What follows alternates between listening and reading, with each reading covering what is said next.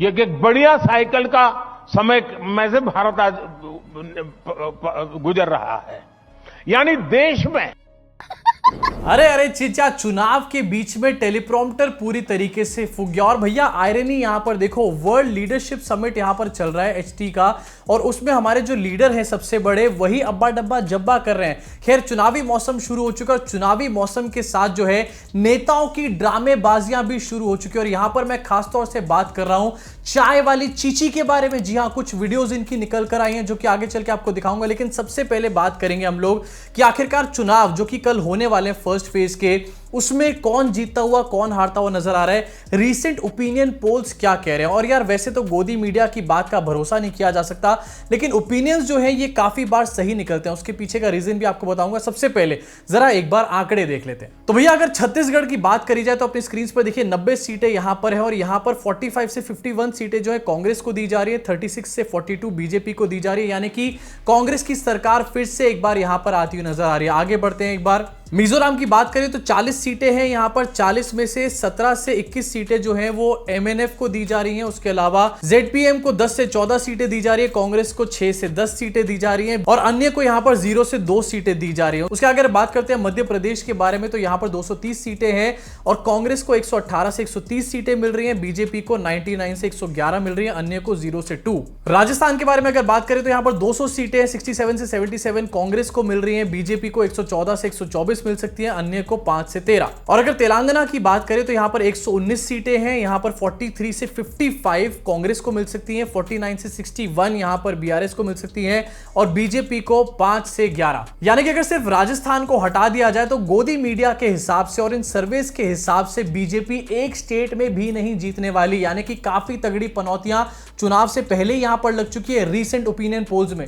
अब जैसे कि मैंने आपको बताया कि गोदी मीडिया का ज्यादा भरोसा नहीं किया जा सकता, लेकिन सर्वेस काफी बार एक्यूरेट निकलते हैं, और उसका रीजन ये है कि इन सर्वेस को बनाने के पीछे जो है काफी सारे स्किल्ड डेटा एनालिस्ट लगे होते हैं। अब वैसे तो देश और दुनिया में जॉब्स की काफी भारी किल्लत है, लेकिन भैया डेटा एनालिस्ट की काफी भयंकर ऐसे में अभी भी डिमांड चल रही है। स्टार्टअप की फंडिंग से लेकर देश और दुनिया की जीडीपी को नापने में सारी चीजों में डेटा एनालिस्ट की बहुत ही ज्यादा डिमांड रहती है। इनफैक्ट भाई अब तो ऐसा लगने लग गया कि सरकारें नहीं बल्कि ये डेटा एनालिस्ट ही पूरे वर्ल्ड को चला रहे हैं। अब सिर्फ डिमांड ही यहां पर तगड़ी नहीं है, बल्कि सैलरी भी इनकी काफी तगड़ी होती है। एक स्किल्ड डेटा एनालिस्ट की सैलरी जो है 8 से 36 लाख रुपए के बीच में वैरी करती है, जो कि काफी ज्यादा है बाकी सारे प्रोफेशन से। और भैया इनके लिए सबसे अच्छा है क्योंकि इनको आईफोन खरीदने के लिए किडनी भी नहीं बेचनी पड़ती। अब इस सबके बीच में एक मिथ ये है कि डेटा एनालिस्ट बनने के लिए आपका बैकग्राउंड जो है काफी ज्यादा टेक्निकल टाइप का होना चाहिए। इनफैक्ट काफी कोडिंग शोडिंग की नॉलेज आपको यहां पर होना चाहिए, लेकिन ऐसा पूरी तरीके से गलत है। आज के डेट में कोई भी एक स्किल्ड डेटा एनालिस्ट बन सकता है, बस उसको एक ग्रेजुएट होना जरूरी है। Naukri.com की अगर मैं अकेले बात करूं ना तो 15 लाख वैकेंसीज यहां पर डेटा एनालिस्ट की हैं। अगर मैं बात करूं LinkedIn की तो भैया नंबर इससे भी ज्यादा आगे चला जाता है। इनफैक्ट एक रिपोर्ट की मानी जाए तो 2023 की सबसे ज्यादा हाईएस्ट पेइंग जॉब है ये डेटा एनालिस्ट वाली जॉब। लेकिन इस सबके बीच में सिर्फ एक प्रॉब्लम है, जहां पर डिमांड इतनी ज्यादा बड़ी है, सैलरी इतनी ज्यादा अच्छी है, वहीं दूसरी तरफ मार्केट में स्किल्ड डेटा एनालिस्ट बहुत ज्यादा कम है। लेकिन अगर आप ऐसे में एक वेल ट्रेन्ड और वेल स्किल्ड डेटा एनालिस्ट बनना चाहते हैं तो इसके लिए बेस्ट प्लेटफॉर्म है कोडिंग इन्वेडर्स का, जो कि स्क्रैच से लेकर के और एम्प्लॉयमेंट तक आपकी पूरी तरीके से मदद करते हैं। और ये लोग आपको एक बेहतरीन डेटा एनालिस्ट बनाते हैं सिर्फ 8 महीनों के अंदर। इनके कोर्स के मॉड्यूल को डिजाइन करते हैं इंडस्ट्रीज के एक्सपर्ट्स जैसे कि Amazon, फिलिप्स और डेलॉयट, जिन लोगों को मार्केट की डिमांड का बहुत अच्छे तरीके से पता है। इस पूरे कोर्स को यहां पर स्क्रैच से पढ़ाया जाता है और यहां पर 1-on-1 मेंटरशिप फैसिलिटी भी दी जाती है। और अगर मैं आज की बात करूं तो कोडिंग इन्वेडर्स का जो प्लेसमेंट रेट है वो 93% है, और 20,000 से ज्यादा स्टूडेंट्स ऑलरेडी सक्सेसफुली इनके साथ ये कोर्स कर रहे हैं। साथ ही कोर्स कंप्लीट होने के बाद इनकी एक करियर असिस्टेंस टीम है, यानी कि एक तरीके से जॉब असिस्टेंस टीम, जो कि आपका सीवी वगैरह बनाने में आपकी हेल्प करती है, और बहुत से मॉक इंटरव्यूज कराकर आपको एक स्ट्रॉन्ग और विजनरी डेटा एनालिस्ट बनने में अपनी पूरी ताकत झोंक देते हैं। तो अगर आपको भी एक स्किल्ड डेटा एनालिस्ट बनना है तो आप भी ज्वाइन कर सकते हैं कोडिंग इन्वेडर्स का डेटा एनालिस्ट बैच। इसका पूरा लिंक नीचे डिस्क्रिप्शन में और पिन्ड कमेंट में है। इस दिवाली के मौके पे आप भी एक डिस्काउंट अवेल कर सकते हैं मेरे कूपन कोड से PS27। इससे मिलेगा आपको स्ट्रेट 27% डिस्काउंट। तो सोच क्या रहे हो, अपने आप को अपस्किल करो और अपने सपनों को पूरा करो। कमिंग बैक टू नेताओं की नौटंकी, जैसे कि मैंने आपको बताया कि सिर्फ एक स्टेट में बीजेपी यहां जीत रही है, बाकी सारे स्टेट्स में पनौतियां लगी पड़ी है, लेकिन भैया ड्रामेबाजी पूरी चल रही है। आपको दिखाना चाहूंगा आपकी स्क्रीन के ऊपर, चुनाव प्रचार के दौरान केंद्रीय मंत्री स्मृति ईरानी ने चाय बनाई है। भैया अभी तक तो हमारे चीचा चाय वाले थे, लेकिन अब चाय वाली चाची भी यहां पर आ चुकी हैं। भैया तालियां हो जाए, 2024 के बाद यही तो करना है स्मृति चाची। अब ये ड्रामेबाजी पूरी नहीं थी कि एक और लेवल की ड्रामेबाजी निकलकर सामने आ गई। अपने स्क्रीन पर देखिए, छत्तीसगढ़ में स्मृति चाची जो हैं वो स्कूटी चला रही है निब्बा निब्बिस की तरह। और जरा अपने स्क्रीन पर देखिए भैया, स्कूटी तो चला रही है, लेकिन यहां पर स्कूटी चलाते चलाते धूम मचाले धूम किया जा रहा है। अरे स्मृति चाची जरा आराम से स्कूटी चला लो, क्योंकि वैसे भी आप इलेक्शन तो हारने वाले हो। कहीं आप गिर गए और एक आधी हड्डी पसली टूट गई तो भैया लेने के देने पड़ जाएंगे। खाया पिया कुछ नहीं, ग्लास थोड़ा बाहर आना, वैसी वाली हालत हो जाएगी। अब इसी के साथ क्योंकि चुनावी मौसम चल रहा है तो नेताओं के सुर काफी ज्यादा बदले। और भैया मेरे हिसाब से अगर पूरे साल चुनाव हुआ करे ना तो हमारे देश की सच में काफी तरक्की हो जाएगी। क्योंकि अब हमारे देश के प्रधानमंत्री चुनाव के बीच में ये कह रहे हैं कि ये जो मुफ्त राशन की स्कीम थी दिसंबर में खत्म होने वाली थी, लेकिन अगर हमारी सरकार वापस आई तो इसको 5 साल और चलाया जाएगा। खबरदार जो इसको किसी ने फ्री भी बोला तो ऐसी की तैसी कर दूंगा हिटर्स। आपका बेटा, आपका भाई, उसने एक और निश्चय कर लिया है। मेरे गरीब भाइयों बहनों, मैं देश के गरीब भाइयों बहनों को आज दूर की धरती से बताना चाहता हूं, मैंने निश्चय कर लिया है। देश के 80 करोड़ गरीबों को मुफ्त राशन देने वाली योजना को भाजपा सरकार अब अगले 5 साल के लिए और बढ़ाएगी।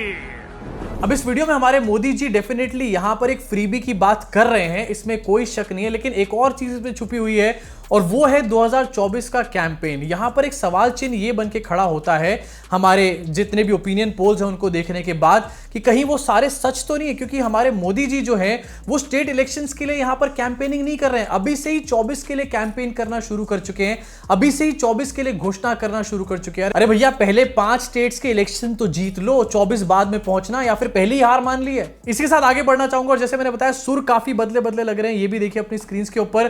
कास्ट सेंसस की काफी रिसेंटली बात हो रही थी, अपोजिशन इसको लेकर के हल्ला मचा रहा था और मोदी जी कह चुके थे कि कोई कास्ट वास्ट नहीं होती है, एक ही कास्ट है सिर्फ हमारे देश के अंदर, वो है गरीब जनता। लेकिन भैया अब इसके ऊपर भी यू टर्न मारना शुरू कर दिया है।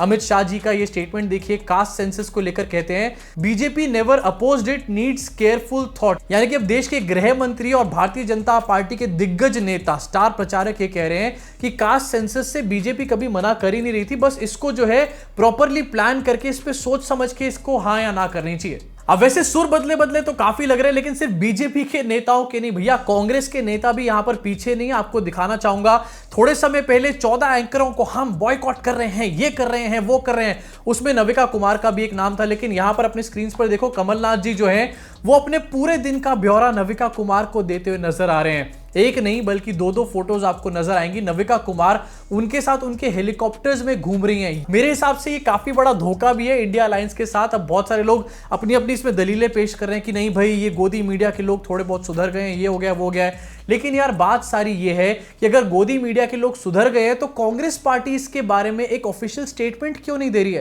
कांग्रेस पार्टी इसके बारे में कुछ भी बात करने से बच रही है। वहीं दूसरी तरफ कमलनाथ जो है गोदी गोदी खेल रहे हैं। अब जहां पर सुर तो बदले हुए नजर आ रहे हैं, वहीं दूसरी तरफ बौखलाहट भी काफी ज्यादा नजर आ रही है। अमित शाह जी का एक स्टेटमेंट आपको सुनाना चाहूंगा, ये भी सोशल मीडिया पे काफी वायरल हो रहा है।